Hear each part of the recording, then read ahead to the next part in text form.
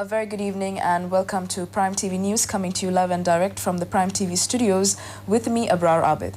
Now, before we go into our stories in detail, let's take a look at our headlines.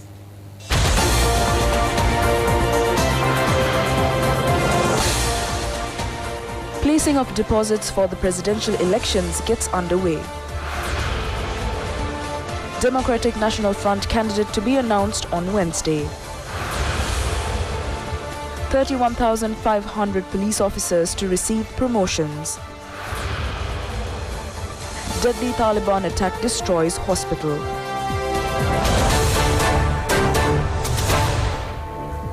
In our lead story, the Elections Commission says that deposits for the presidential election can be placed until 12 noon on the 6th of next month. The special Gazette notification with respect to the holding of the presidential election was issued last night. Accordingly, the acceptance of nominations for the presidential election will commence on the 7th of next month. It has been decided to hold the presidential election on the 16th of November. Meanwhile, the Elections Commission said that the acceptance of applications for postal voting takes place with effect from today. Director General of the Elections Commission, Saman Sri Ratnayaka, said that October 7th has been set aside for the receipt of nominations for the presidential election.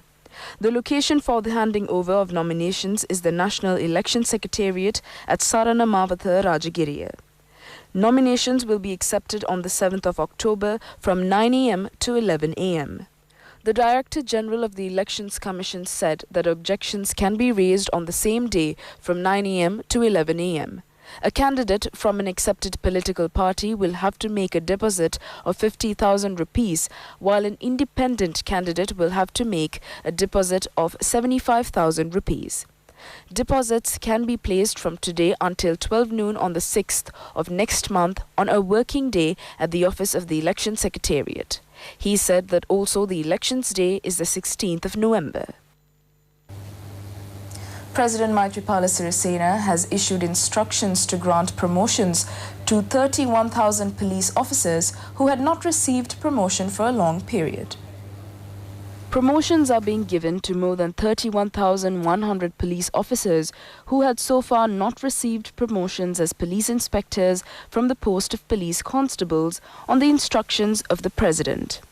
Approval has been granted to the promotion packages of the National Police Commission's Salaries and Cadre Commission and the Management Services Department of the Finance Minister. Promotions will be given taking into consideration the seniority. Meanwhile, police media spokesman SP Gunasekara said that action has been taken to accord promotions to 5,824 police officers under the first stage. The police media spokesman said that officers who are due to receive promotions under the first stage will be granted promotions with effect from the 1st of January 2019. 4,544 police constables will be promoted to the rank of sergeant, while 30 women police constables will be promoted as women police sergeants. 169 police sergeants will be promoted to the rank of sub-inspectors, while 15 women police sergeants will be promoted as women sub-inspectors. 878 sub-inspectors will be elevated to the position of police inspectors, and 147 women sub-inspectors will be promoted to the rank of women inspectors. 41 police inspectors will be promoted as chief inspectors. SP Gunasekara said that accordingly, 5,824 police officers are due to receive these promotions. Former Air Force and Naval Commanders Roshan Gunatilaka and Vasantha Karanagura were elevated to new positions this morning under the patronage of President Maithripala Sirisena. It was organized at the eastern terminal of the Colombo harbour. Former Chief of the Sri Lanka Navy Admiral Vasantha Karanagura was today honoured to the rank of Admiral of the Fleet.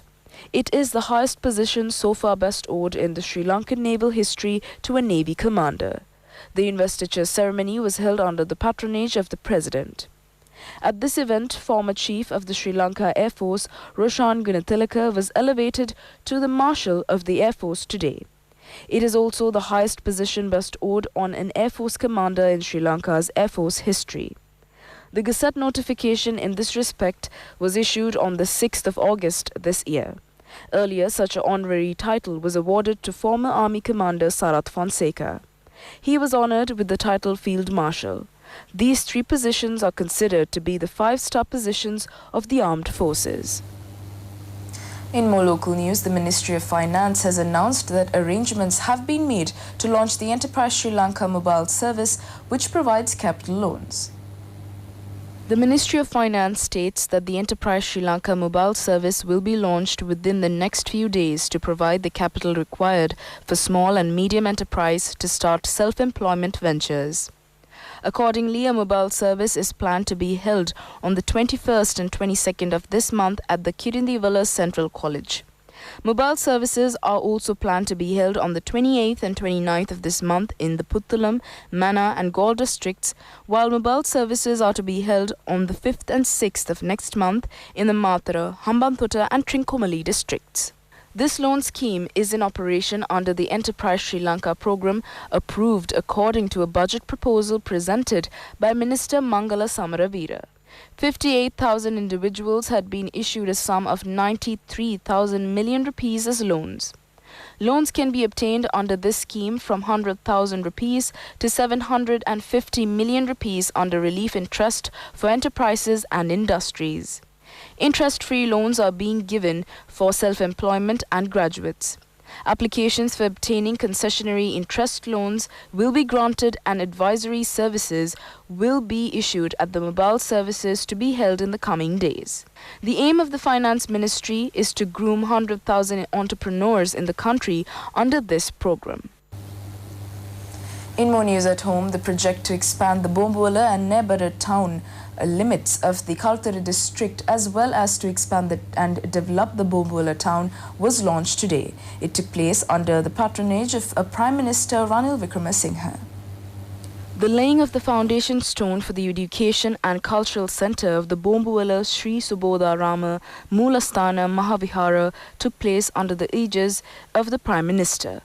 A new auditorium will also be constructed. These projects will be carried out by the Ministry of Highways and Road Development and the Ministry of Megapolis and Western Development.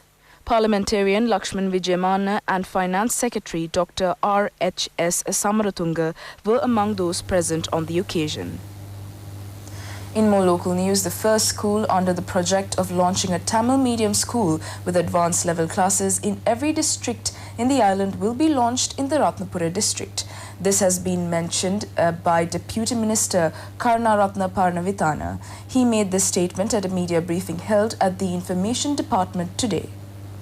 Karunaratna Parnavitana said that a resolution was adopted in Parliament the week before last to establish at least an advanced level Tamil medium school in a district.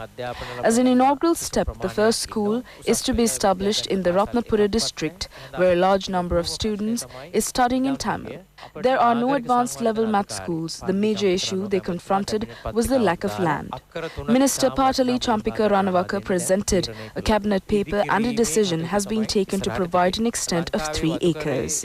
Their future plan is to undertake construction. There are many institutions both locally and internationally that work for the uplift of the people living in the state sector. He said that he wished to extend an open invitation to extend sponsorship so that they could build the school within a year or two. In more news at home, the People's Bank Amendment Bill was passed in Parliament this afternoon with amendments. Minister Mangala Samaravira presented this bill in Parliament. මහජන බැංකු සංශෝධන 50 කැඩුම් පද ජීවනවලට කියවීම. සභාවකද කාර්ක සභාව. A vote was taken up as the finance minister did not agree to the amendment presented by the opposition to clause 3 of the bill. 72 votes were cast opposing the amendment, while only 37 were cast in favour of the amendment. Minister Mangala Samaravira pointed out that despite the solutions found for the issue of disabled soldiers, some are attempting to achieve political mileage from it.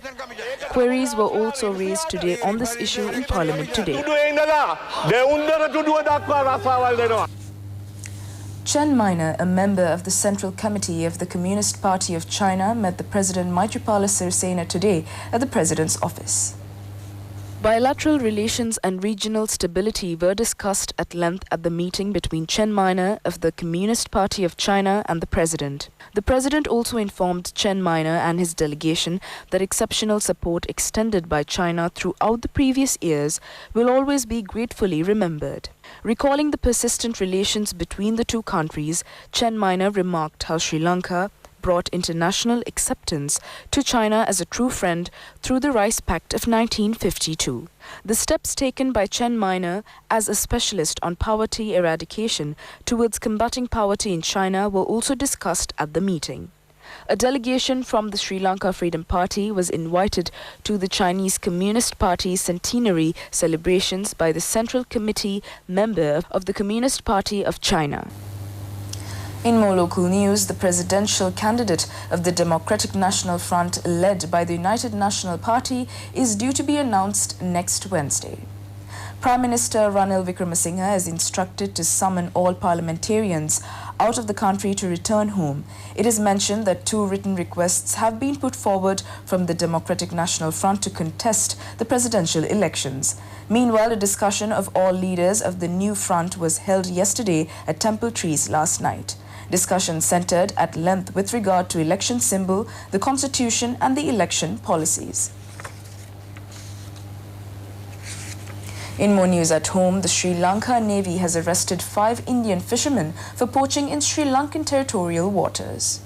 The fishermen were apprehended by the Northern Naval Command. The arrests were made during a patrol conducted in the sea area northwest of the Kovalam Point.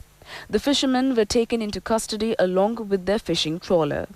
The Navy said in a statement that the group of fishermen were expected to be handed over to the Assistant Director of Fisheries in Jaffna for onward action.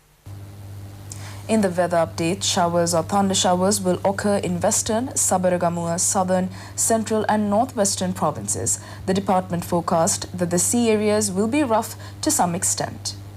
There is a high possibility for evening thunder showers to occur in Uva and eastern provinces and in Mullaitivu and Polonnaruwa districts in the next few days.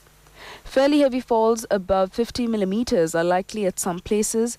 Showers or thunder showers will occur in western, Sabaragamuwa, southern, central and northwestern provinces. Several spells of showers will occur in Anuradhapura, Jaffna and Mana districts. Fairly heavy falls, about 75 millimeters, are likely at some places in central and Sabaragamuwa provinces and Gaul, Matara and Kalutara districts. Showers or thunder showers will occur at several places in the sea areas, extending from Kankisenturi to Hambantota via Mana, Colombo and Gaul. Showers or thunder showers may occur at several places in the other sea areas around the island in the evening or night. Winds will be southwesterly and speed will be 30 to 40 kilometers per hour in the sea areas around the island. Let's now take a look at today's exchange rates.